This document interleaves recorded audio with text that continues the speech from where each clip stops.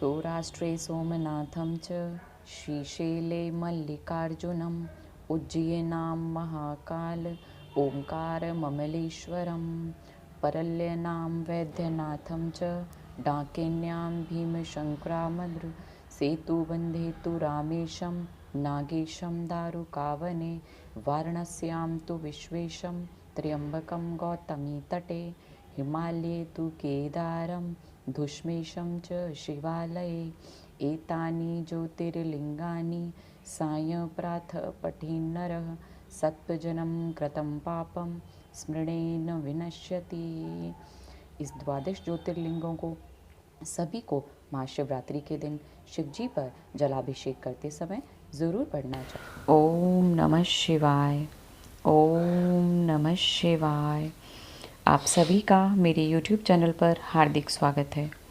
भगवान भोलेनाथ की कृपा आप सब पर हमेशा बनी रहे एवं आपका भंडार हमेशा भरा रहे, इसी शुभकामना के साथ आज हम चलते हैं कि इस दिन हमें किन किन उपायों को करना चाहिए एवं किन कार्यों को करने से बचना चाहिए। महाशिवरात्रि के दिन भगवान शिव और माता पार्वती का विवाह हुआ था। इस पवित्र दिन पर भक्त व्रत उपवास करते हैं, भगवान भोलेनाथ की पूजा और अर्चना करते हैं, शिवलिंग का जलाभिषेक करते हैं। भगवान शिव को प्रसन्न करना जितना आसान होता है उतना ही भगवान शिव जल्दी नाराज भी हो जाते हैं। इसीलिए सच्ची आस्था और निश्चल मन से भगवान को नमन करके अगर आप कुछ मांगते हैं तो वह आप पर प्रसन्न हो सकते हैं। भोलेनाथ के भक्तों के लिए महाशिवरात्रि किसी त्यौहार से कम नहीं होती। भगवान को प्रसन्न करने के लिए व्रत से लेकर सही तरीके से पूजन विधि तक हर तरह के उपाय किए जाते हैं।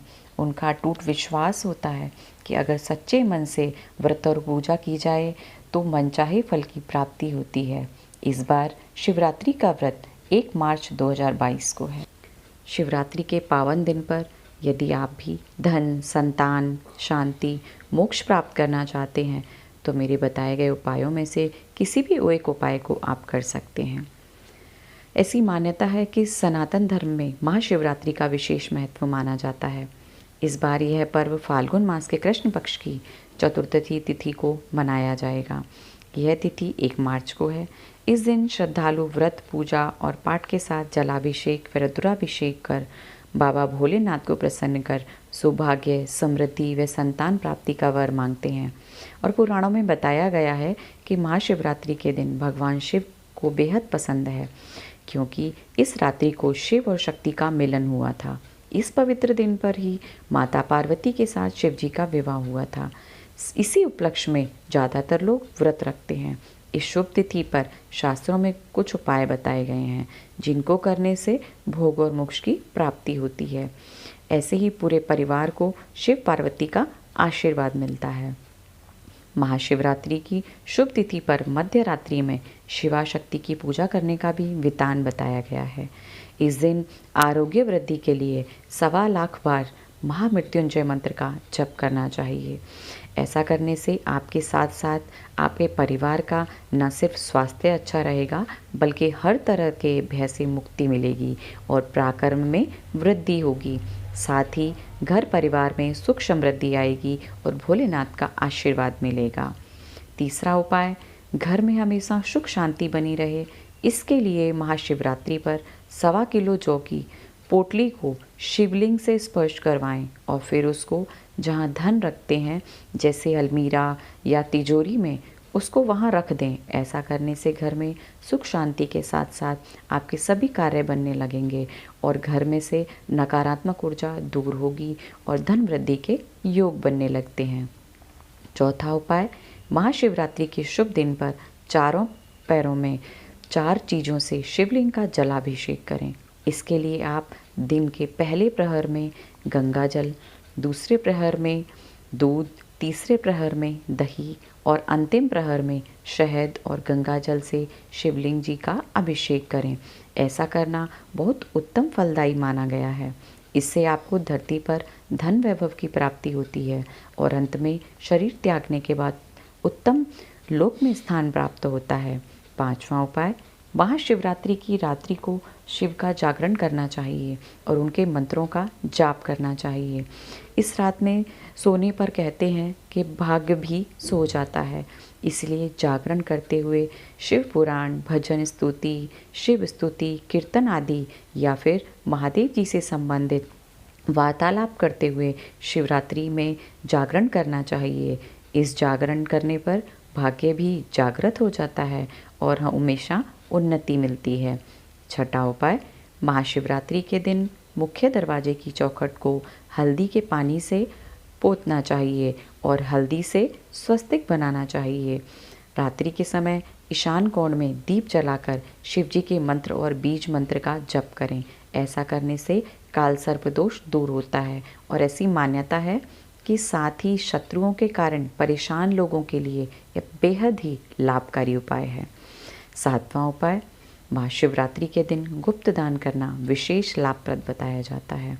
अगर आपके घर के आसपास किसी गरीब कन्या का विवाह हो रहा हो तो वह विवाह में गुप्त दान करके आए।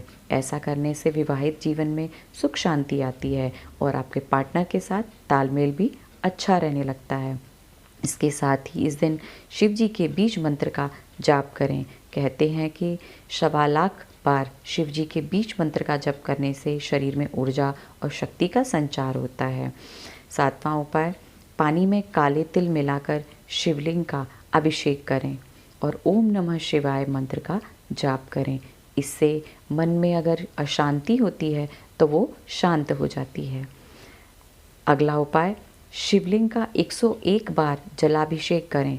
साथ ही ओम होम जूम सह ओम भूर्भुवस्सुवः ओम त्र्यंबकम यजामहे सुगंधिम पुष्टिवर्धनम उर्वारुकमिव बंधनान् मृत्युर्मुक्षीयमामृतात् ओम स्वः भुव भू ओम सह जूम होम ओम, इस मंत्र का जप करते रहें। इससे कैसी भी बीमारी हो उसे शीघ्र ठीक होने में सहायता मिलेगी। और अगर विवाह में अड़चन आ रही हो तो शिवरात्रि के दिन शिवलिंग पर केसर मिलाकर दूध चढ़ाएं। विवाह के योग जल्दी बनने लगेंगे। मछलियों को आटे की गोलियां खिलाएं।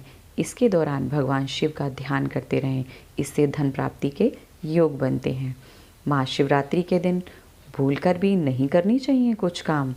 तो आइए जानते हैं कौन से काम जो हमें शिवरात्रि के दिन भूल से भी नहीं करने चाहिए। क्योंकि इस सृष्टि के आरंभ में इसी दिन मध्य रात्रि को भगवान शंकर का ब्रह्म से रुद्र के रूप में अवतरण भी हुआ था। भगवान शिव जितनी जल्दी प्रसन्न होते हैं उतनी ही जल्दी नाराज भी हो जाते हैं। इसीलिए शिवरात्रि के दिन पूजा और कुछ विशेष बातों का ध्यान रखना बेहद ज़रूरी है। तो आइए जानते हैं यह बातें कौन सी हैं। इस दिन सुबह देर तक नहीं सोना चाहिए। जल्दी उठ जाएं और बिना स्नान किए कुछ भी ना खाएं। व्रत नहीं है तो भी बिना स्नान के भोजन ग्रहण नहीं करें। शिवरात्रि पर चावल, दाल और गेहूं से बने खाद्य पदार्थों से दूर रहना चाहिए। भक्तजनों को केवल फल, दूध, चाय, लस्सी आदि का ही सेवन करना चाहिए। शिवरात्रि के दिन भगवान शिव को यदि प्रसन्न करना चाहते हैं तो इस दिन भूल से भी काले और नीले रंग के कपड़े नहीं पहने। ऐसी मान्यता है कि भक्तजनों को शिवलिंग पर चढ़ाए जाने वाले प्रसाद को कभी ग्रहण नहीं करना चाहिए, क्योंकि इससे दुर्भाग्य आता है और ऐसा करने से धन हानि और बीमारियां भी हो सकती हैं। ऐसा कहा जाता है कि शिवरात्रि पर भक्तों को सोने की बजाय जागरण करना चाहिए।